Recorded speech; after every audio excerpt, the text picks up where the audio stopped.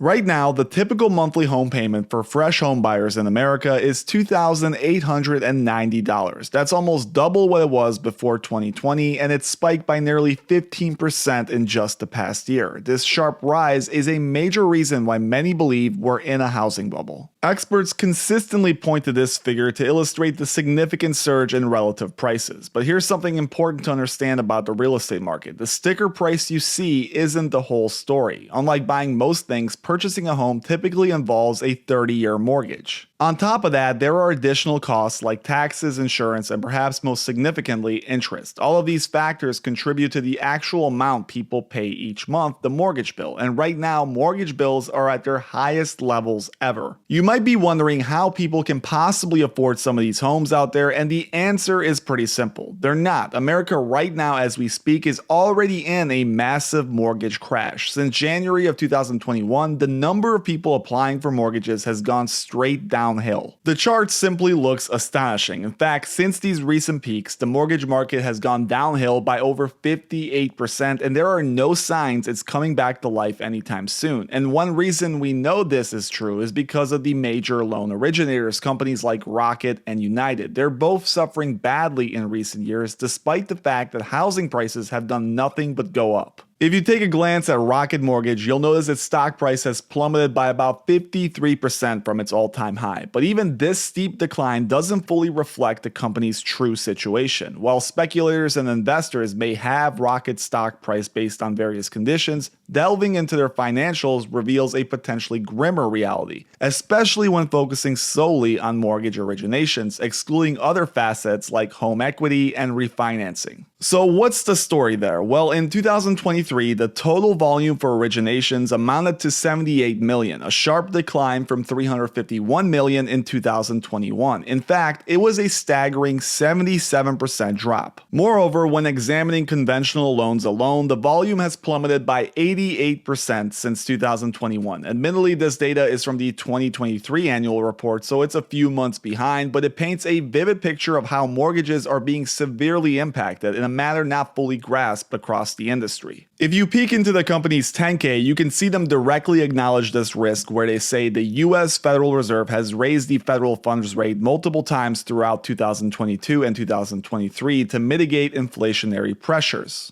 The resulting mortgage interest rate increases have driven a significant decline in the size of the mortgage origination market from 2022 to 2023. The increase in mortgage interest rates, coupled with the uncertainty in the economy, have reduced demand for mortgage originations and, in particular, refinance transactions. So it's really no secret in the industry that things are not looking good. So why is the housing market, price-wise at least, staying so high? Well, it's because of the so-called lock-in effect. Most people who have mortgages today in America have rates locked in far below the current 7.3%. So those people are not moving, or at least they need to be heavily incentivized to move with either absurd prices or rare life events. This means that volume is down across the real estate market. People are not selling and people are not buying. This creates a very tight, low volume market where prices can be rapidly put under pressure because the inventories are so low. But I know you clicked on this video not to hear about inventory numbers. You clicked here to find out about the mortgage crash, and you're probably wondering, when will it spread and become the housing crash? Well, simple economics tells us that right now, according to charts like this, homes have to come down in price in order to normalize back to historical levels that would match affordability averages for the past 100 years. Simply put, incomes do not match prices, and when adjusted for mortgage rates, this discrepancy becomes even more outlandish, making you believe that a future crash is absolutely likely, because why would this average deviate permanently? People can't afford homes, and you would think that is enough of a reason for prices to come down. RE/MAX co-founder David Langer recently went on CNBC to speak about exactly this, affordability and what it means for the future of housing. Take a listen to this quick clip. You must now make at least $120,000 a year to afford a median-priced home in the United States. But wait, there's more. According to Redfin, nearly 40% of homeowners would not be able to afford their current home if they had to buy it today. Now, if you lived there 20 years, totally get that. But, recently, that's a little bit weird. So is the dream, the American dream of owning a home, getting further out of reach? Joining us now is chairman and co-founder of RE/MAX, Dave Liniger, who came in from Denver. We appreciate it, Dave. Thanks for joining us. Can you give us some good news on the housing market? Because even successful couples are looking at homes and going, we do well and we can't afford anything. I think the only good news is we're getting closer and closer to the end of this cycle to where it's going to turn around. Okay, what is the cycle? Well, the cycle is extremely high interest rates versus the 2.5% to 5% that we went through for almost 15 years. Naturally, 50 years in RE/MAX, the average interest rate 7.78%. Yeah. As high as 17% in 1980. But homes were a lot cheaper then, too. Oh, yeah. Right, were. so everyone says, well, I used to pay 14%. It's like, yeah, but you paid $48,000 for your home. That's right.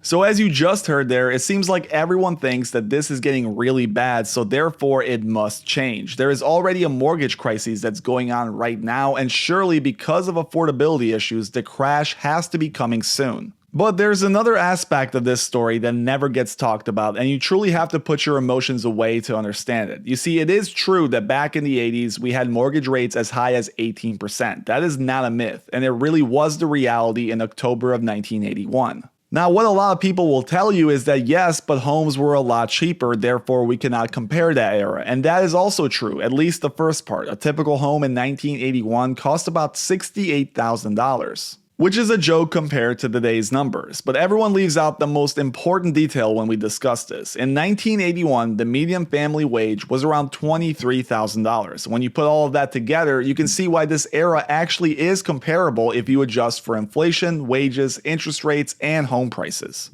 In fact, Bill McBride actually created something he calls the Calculated Risk Affordability Index, and what it does is it measures how much a typical family or household makes in a year and compares that number to how much they would have to spend in order to buy a typical home that year, adjusted for insurance, interest, principal, and taxes. This may sound boring, but it's actually one of the best, if not the best, affordability index. And what it tells us is how bad things are right now. And what this index surprisingly says is that yes, things are bad, but not as bad as they were in the 1980s. Back in 1981, the index read 200, and now it's right about 170. Now you might be saying to yourself, well, even if it's not as bad as 82, it's pretty close, and that doesn't make it better. It means things will crash soon, just as it happened in the past. In all three instances where this affordability measure rose sharply, eventually it adjusted back to normal levels. Well, here is the other surprising measure. In that 1982 affordability crash, real returns on real estate actually exploded, meaning that some of the best times to buy were actually during peak unaffordability right around here. Throughout the 80s, real estate increased, so just because this chart falls back down doesn't mean that values get crushed. In fact, based on this event, the best time to buy was actually when it was the most unaffordable. Thank you guys for watching. As always, please make sure you hit that like and subscribe button if you enjoyed it, and let me know in the comments what you think about today's market and if you believe it will crash because of these affordability issues.